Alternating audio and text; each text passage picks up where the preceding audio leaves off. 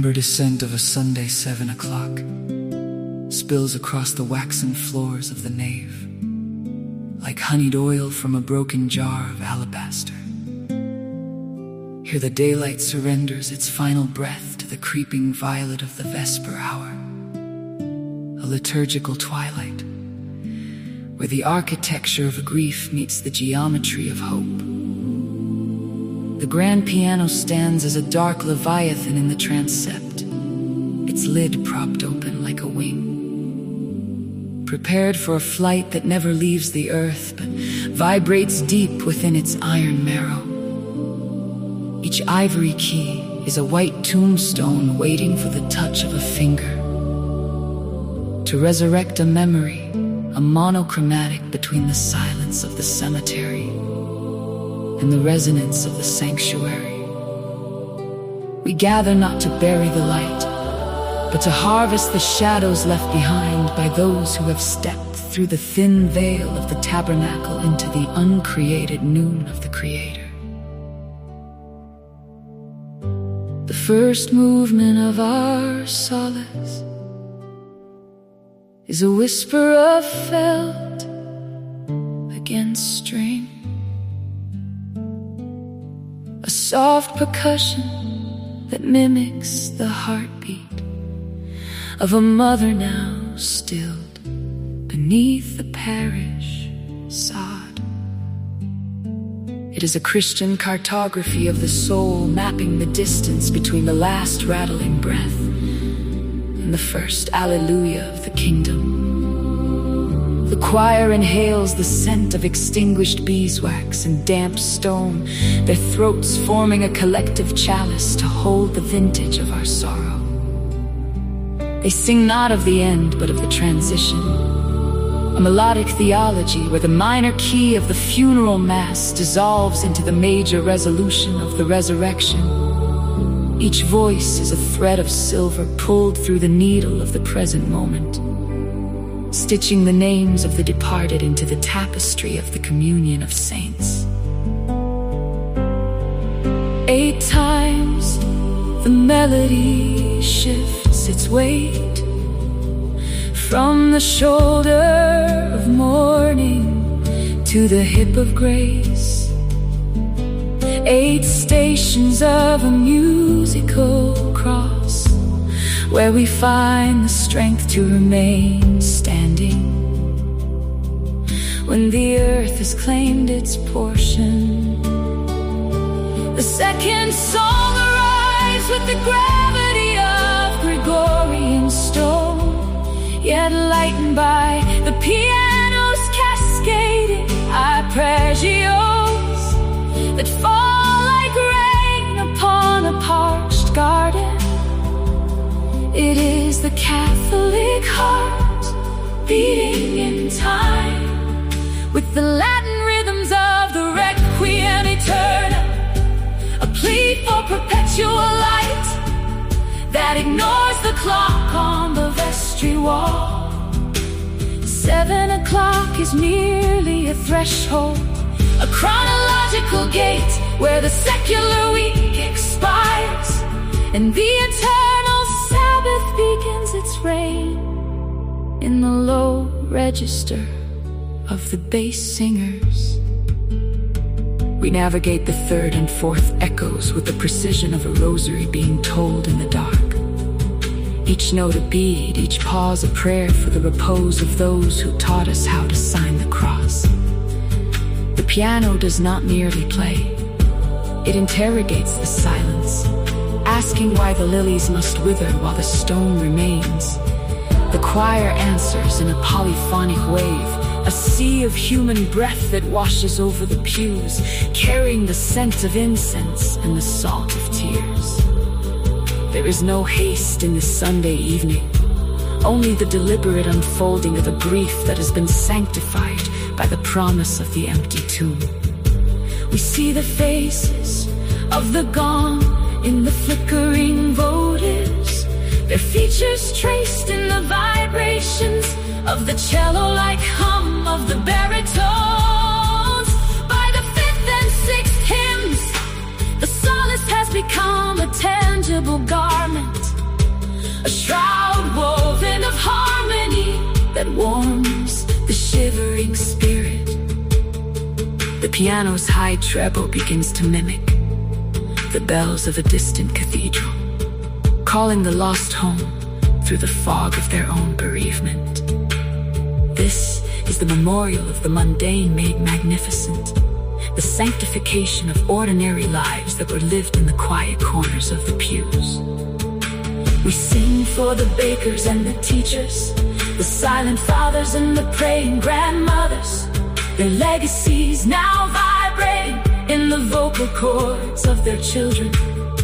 The music is a ladder of Jacob, reaching from the dust of the funeral parlor to the gold of the celestial city, and we climb it with every soaring soprano line. The seventh song is a stillness that speaks louder than the fortissimo of the world. A piano Sunday meditation where the hammers barely kiss the wire. It is the sound of a soul settling into the arms of the Good Shepherd, a Catholic lullaby for those who have finished the race and kept the faith. The choir's volume tapers to a holy murmur, the sound of wind through the cypress trees of a Mediterranean graveyard here. The sorrow is no longer a jagged flint, but a polished river stone, smooth to the touch and heavy with the weight of a life well loved. We are the stewards of this resonance, the keepers of the flame that refuses to be quenched by the coming night.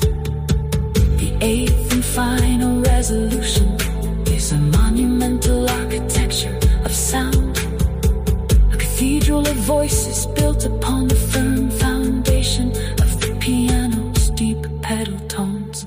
It is 7:30 now, and the darkness outside is absolute. Yet within these walls, the music has ignited a fire that the night cannot comprehend.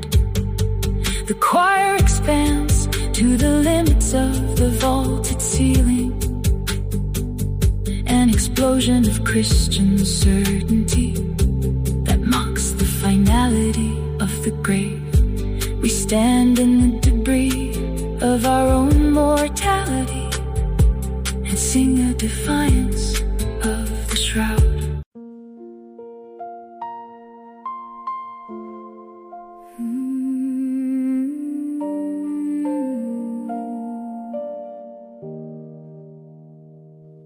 The amber glow of the sanctuary lamps flickers against the cooling stone as the clock strikes the 7th hour of the day's final rest.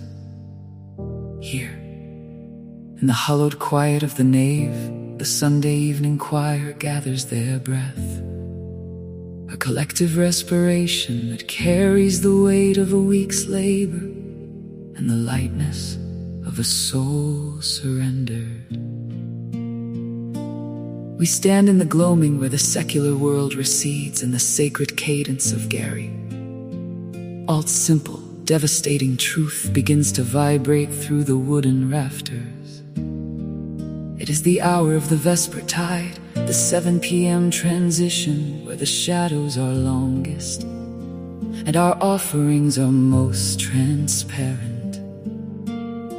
We do not bring the frantic energy of the dawn nor the formal posture of the midday high mass, but rather the honesty of the weary, the stewardship of the broken, and the melodic tithing of our very existence. Listen to the rustle of the hymnal pages, a sound like autumn leaves skittering across a holy threshold, as we prepare to articulate the geometry of our poverty. All that we have and all that we are is not a boast of possession, but a confession of origin. We are the conduits of a grace that was never meant to be dammed up in the reservoirs of the self. The lyrics on the screen between are more than mere prompts for the tongue. They are the cartography of a spiritual journey that leads from the clenched fist of the ego to the open palm of the servant. In this specific atmosphere, under the watchful eyes of saints carved in oak, the concept of a gift becomes a mirror.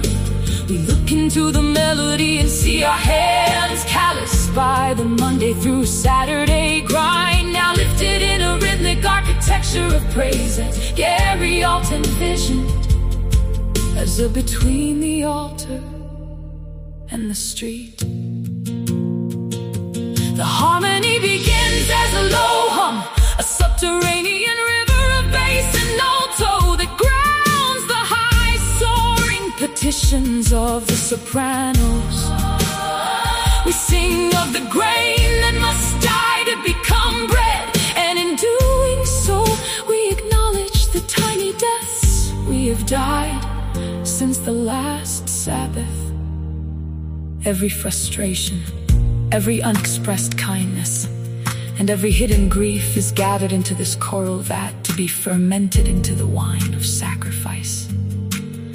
The 7 p.m. choir understands that the evening is the time for the gathering of fragments.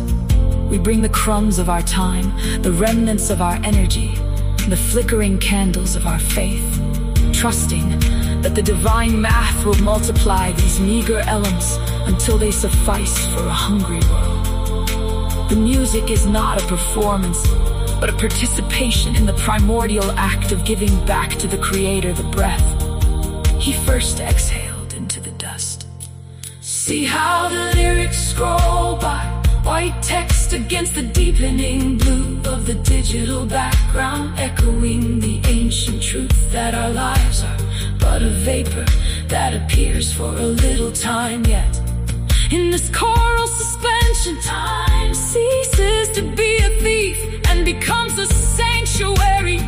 We offer our dreams, those fragile glass birds we've tried to keep from breaking, and we offer our failures, those heavy stones that have anchored us to the earth. There is a peculiar dignity in the Sunday night gathering. It is the final gate before the world resumes its clamor. We sing with the desperation of those who know that without this surrender, we are merely ghosts haunting our own lives. Gary Alt's hymn becomes a vessel, a sturdy ship of vowels and consonants that carries our collective yes into the silence of the Godhead.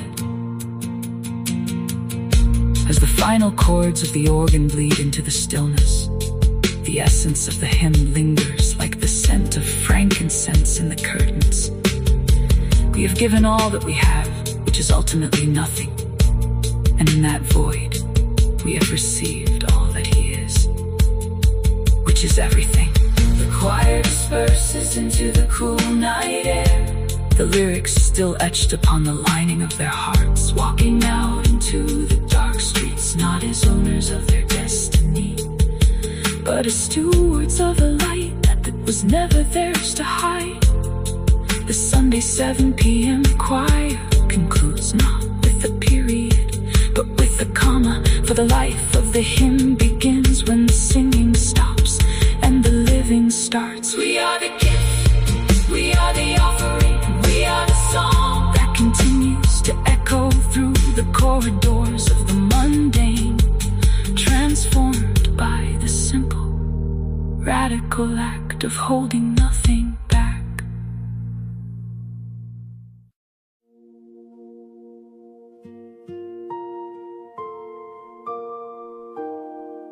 In the hollowed resonance of the basalt nave, where the silence of centuries gathers like dust upon the golden leaf of the reredos,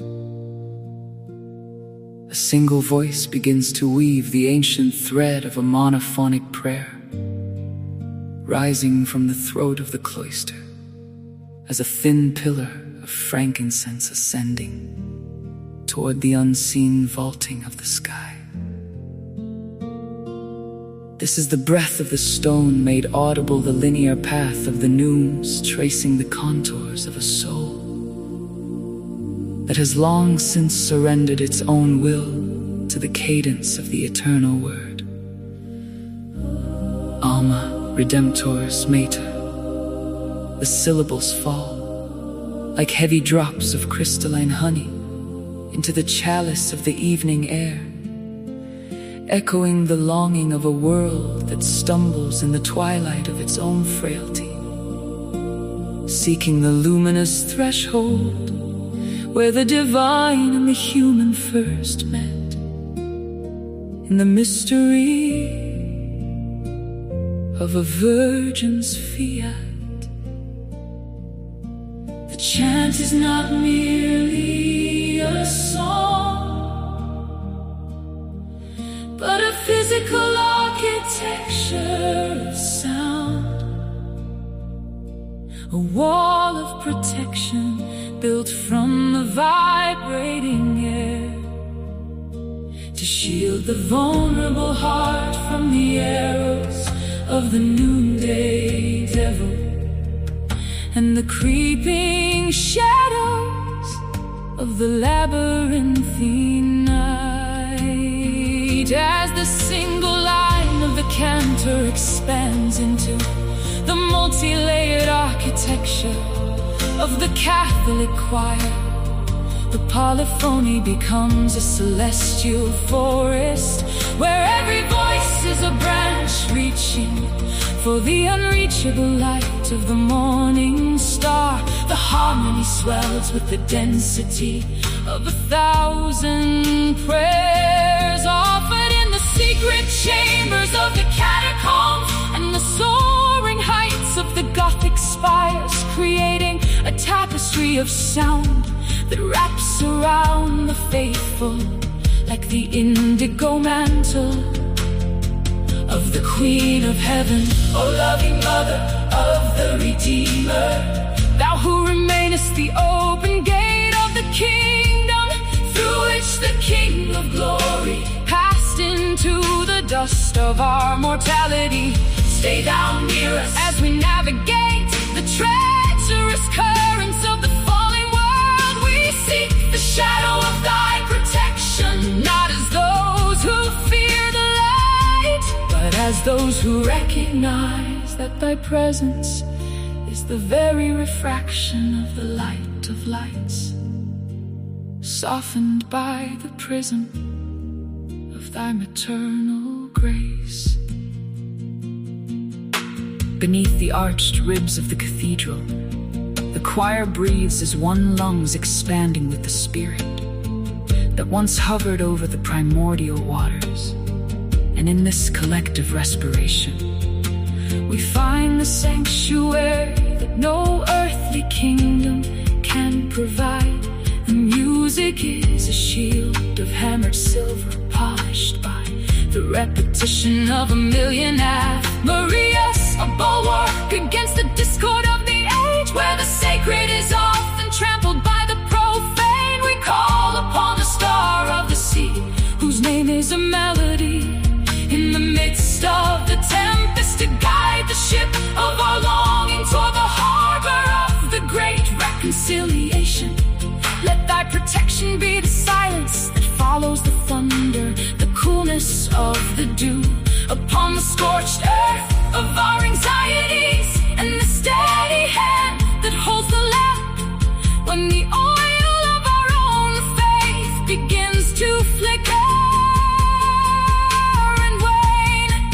In the rising and falling of the melismatic phrases, we hear the rhythm of the tides and the beating of a heart that once sheltered the creator of the universe within its rhythmic walls.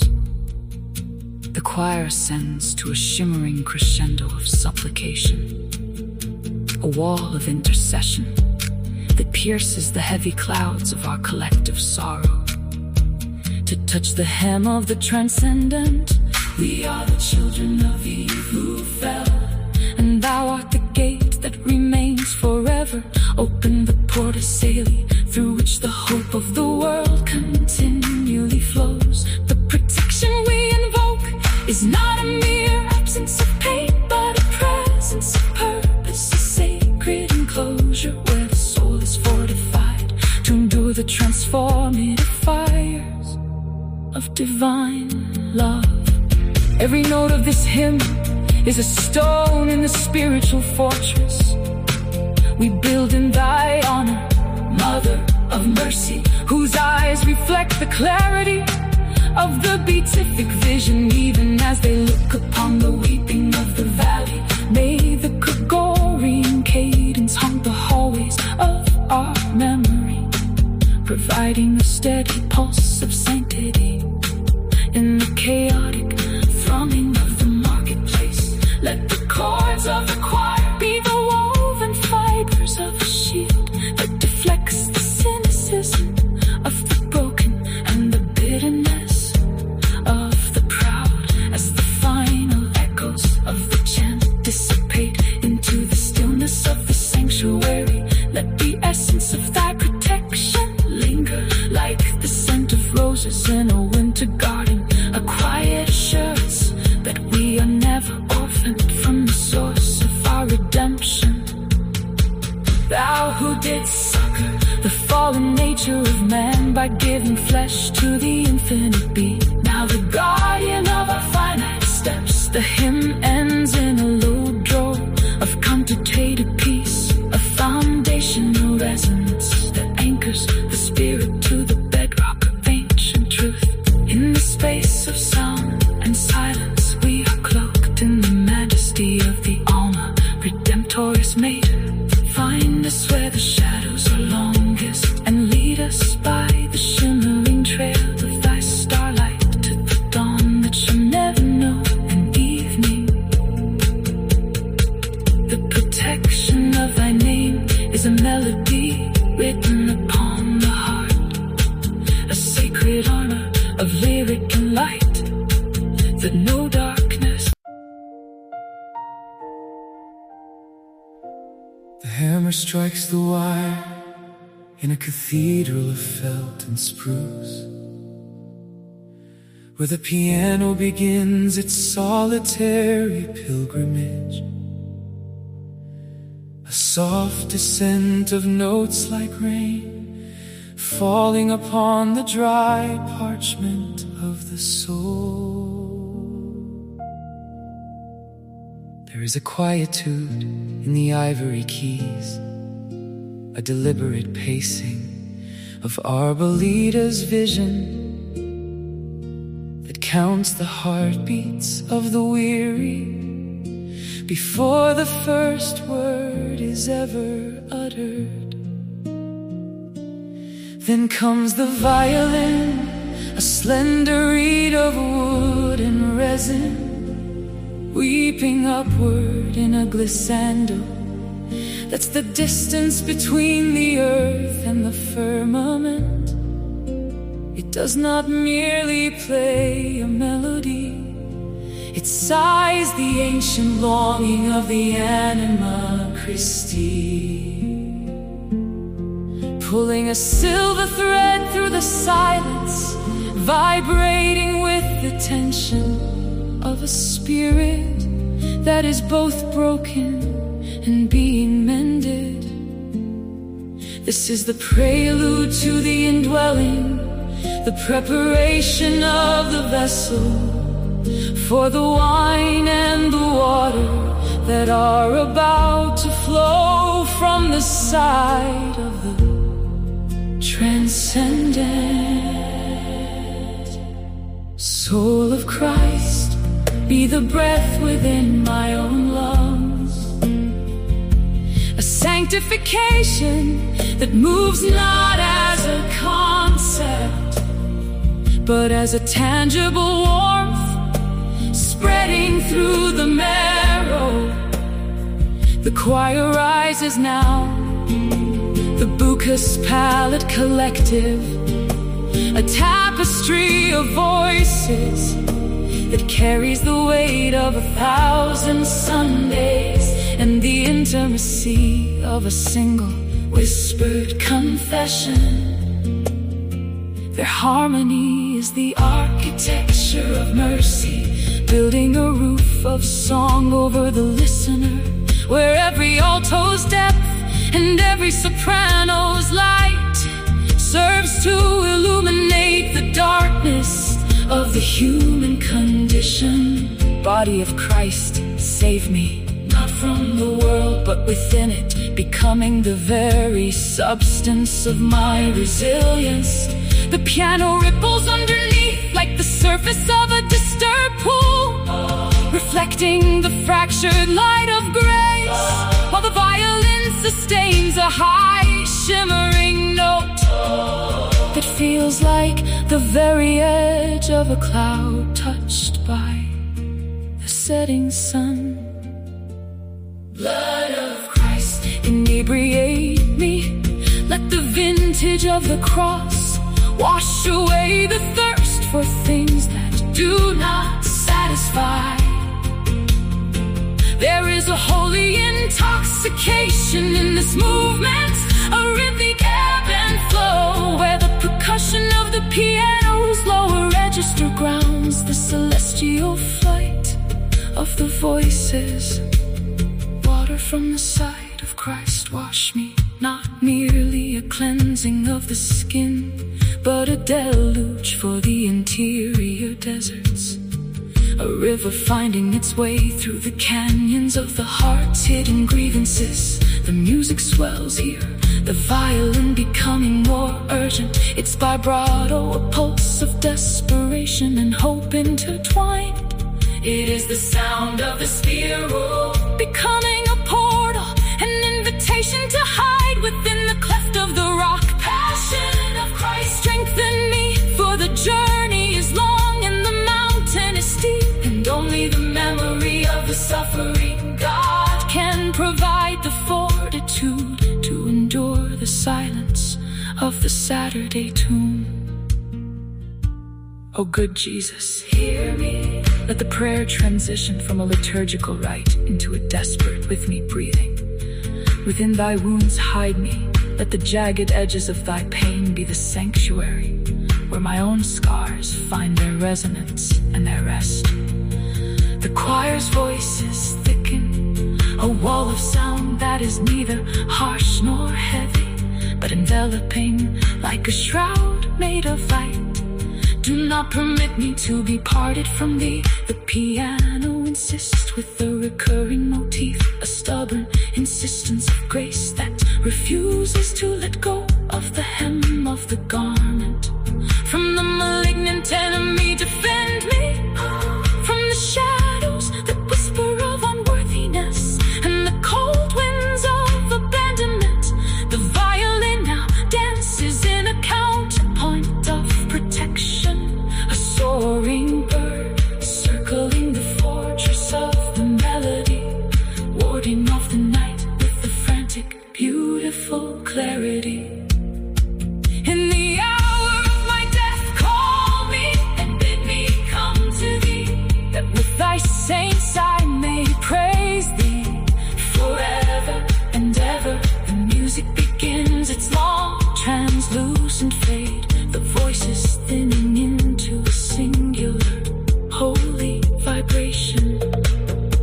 The violin returns to its lowest string, a resonant woody hum that mimics the settling of the earth, while the piano offers one final crystalline chord that hangs in the air like incense in an empty nave. This is the bucca's palette, the open hand, surrendering the song back to the silence from which it was born. The lyrics have dissolved into the atmosphere, leaving only the scent of the sacred and the lingering vibration of a soul that has, for a few minutes, been fused with the divine. The final note is not an end, but a door left slightly